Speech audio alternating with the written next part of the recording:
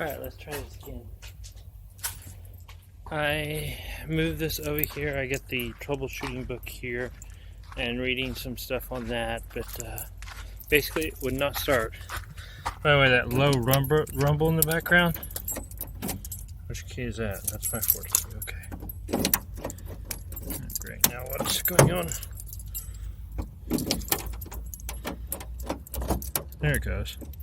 Okay, that's weird. It didn't want to unlock. Maybe it needs some lube in it. That low rumble in the background is a train driving by. Happens. By the way, Jeff, thank you for the solar power system here. It has worked great. It's actually, this is probably charged up by now. Can't tell. Looks like it's almost charged up anyhow. That is awesome. It helped out a lot on the way back home. Okay. So the book said, make sure it's in gear, or not in, make sure it's not a switch. Okay, still don't have anything. It said try it in neutral. So we'll put it in neutral here. And still nothing. Okay, let's see if we can pop the hood here. I should find that magnet thing for you guys to be like hooked up to other stuff. I didn't think this all would have gone out so soon. So now we're looking for the starter relay switch, wherever that might be on this model. The book says, the book says that this is it right here, and it's usually on a firewall somewhere. So we're looking for it on a firewall somewhere. What's that? Okay, no. Well, there's moisture on that. Don't know what that is. But like all new things, there's always something new to learn. It's going to be this relay thing, if I can find it wherever it's at on this model. We might have to pull a little cover off in the middle. That's where I was at the other day. And if it's not that, it's probably the starter. There's also a few other things that could be said, but I'm not seeing it underneath here. I did hear it clicking from inside the thing, so we might have to pull the doghouse off. So let's go do that. Okay, really I'm doing this kind of out of order. I was hoping to have the bus done with everything there, but I'm kind of burnt out on that right now. So I needed a change of pace of something else to work on. I'll get back to the bus and get it cleaned out and sold soon enough. But this is not running, and it kind of bugs me because I just moved it here, and until I have it running, if there's any reason I need to move it, I can't move it. So, and I can't even use it as a work rig or a rig to like get supplies or other stuff. What is this?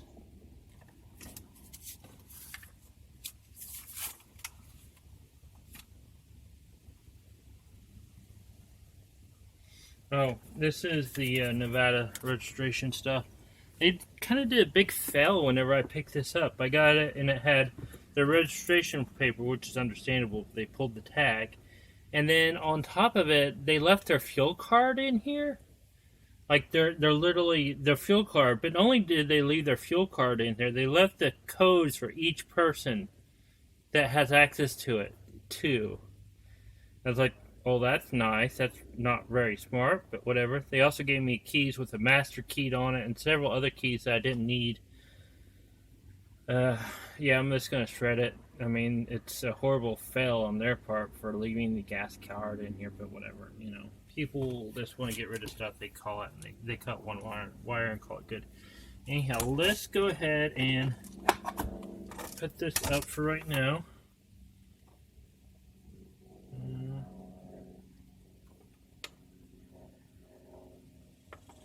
We'll charge this up a little bit later. Awesome thing. Might have to plug it into the wall power to get real power on it. I'm gonna leave the visor up there right now and this, we got to get this off, and we got to pull that off to access it, and this does not look fun at all. God.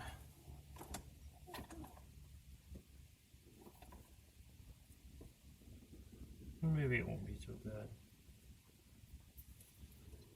She said her first time working on something.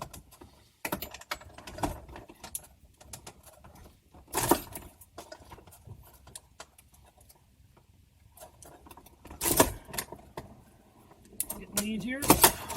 Okay, that ain't so bad. Oh, and then there's one other wire that has to be undone. The high idle ones. One right now. How does this one come off?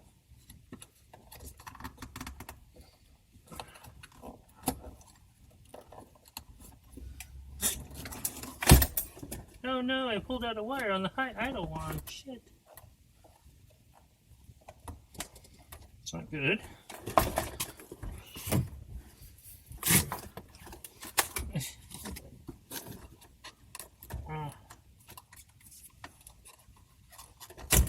Hey, it came out. It's a pain in the butt. Oh, God. Now what else is here? Oh, there's a whole bunch of white wires that don't go to anything. They're there.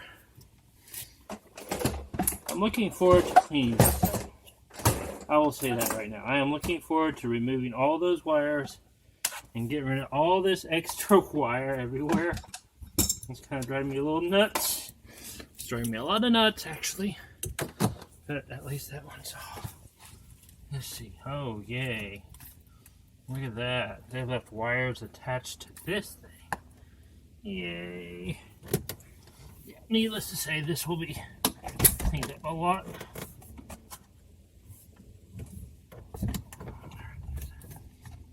So, I started this the other day and realized that it was going to be really involved. And I didn't want to do anything that was involved with the really involved. Hang on. Man, there goes my adjustments.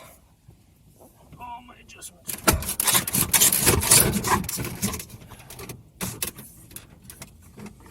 Oh, man. Oh. Well, that was easier than I thought it was going to be. Ooh. Look at that. That just has a couple clips holding in over there. Dang, I wish I knew that earlier. Now we know. So, this is back. I'm moving the pan a little bit. Sorry. Had to be done. Alright, let's make sure this stays on. We should really have pulled the power off on this, but I'm just looking right now. Hopefully the airbags don't fall on my face.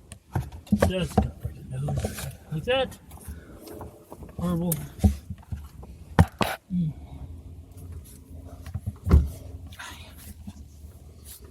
I could be editing videos in there too right now, but I don't want to break from that right now. Well, it's too bad down in here. I mean, it'd be nice if there wasn't wires holding on to everything, so I could actually get in there and do something. What wires are hooked up here? We have purple all the way to the left, unhooked. How about you? You have two white wires. This is going to be such a pain in the ass. Actually, here. Let's take away some of the pain in the ass part of this. If you guys ever have to get in here and do wire and mess stuff, where's my phone? Take a photo. It helps a lot.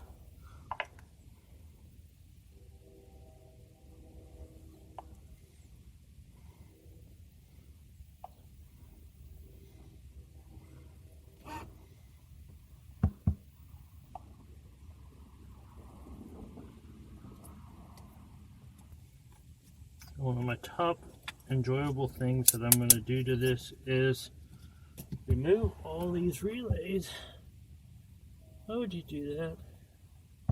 Whoever put this on here put all different screws of all different types in here. This looks like a really custom job. Oh, look, there's my good glasses. They shouldn't be down.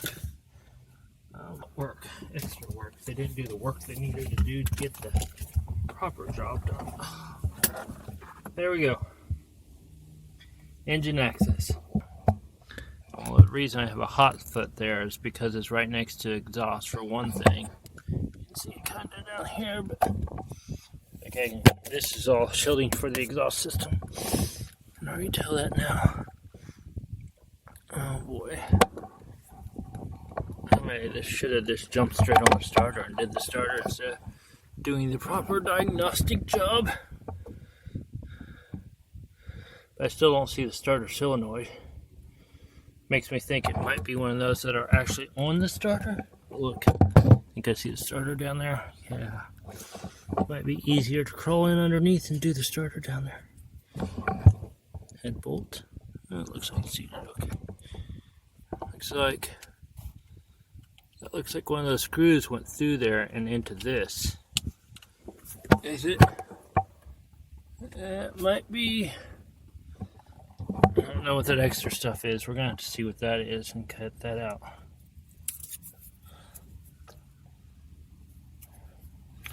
What do you think this one is?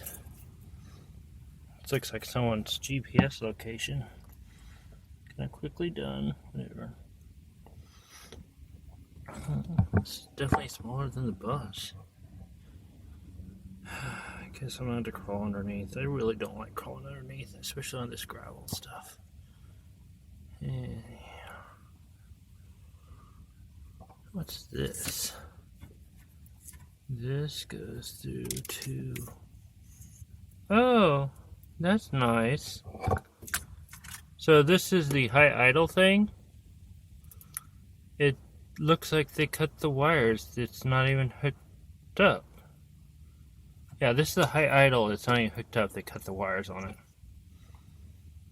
And you can't tell what wire goes to what either. That's a little concerning, people. And it's like this on all new rigs, though. You start out with some questionable, like, what the heck? And then you get in there and it's like, what the heck? What I need right now is a proper book for this. I haven't found one of those yet. This is actually the first time I've crawled underneath this since I've had it. I really should have it checked up, but I just want to look down here. Oh, look. It ain't so bad. It's going to be a pain in the ass to get to those bolts holding it on, but once I get those off, then it looks like the starter motor will drop. Yeah, looks like I can get around it. It's still going to be a pain in the butt. Those look like what? A little less than a ½ inch, a little more than a ½ inch. Oh, look. It's leaking at the drip pan. That needs a new washer on it. Yes, it does. Yeah, I need to get underneath here and do a bunch of work. Looks like it has some new rubber on it, though. That's a good sign. Maybe I'll get the car stands and put it under the front part of this if we have them here. Maybe get the other house. It definitely needs to be cleaned off since the Bonneville salt flat. I can see a little rust showing here and there. And that's probably from the salt flats. I want to check the front rotors. They said they was fine at the place. But, you know, till you know, you don't know what you got. Looks like the solenoid on the diesel's right there. So that's probably what we're going to pull off. Let's see. Is there cables on it? There's cables on it. I would guess that's where the problem is on that, but you know, it kind of started a little slow. And I keep telling myself, well, that's just the new vehicle. You don't know how it runs regularly. So it could be that this started really slow. What we got out is what we got out of it, kind of thing. Or it could be that there's more going on with it, and I just didn't know because it wasn't mine. So, yeah. Oh, it's getting here.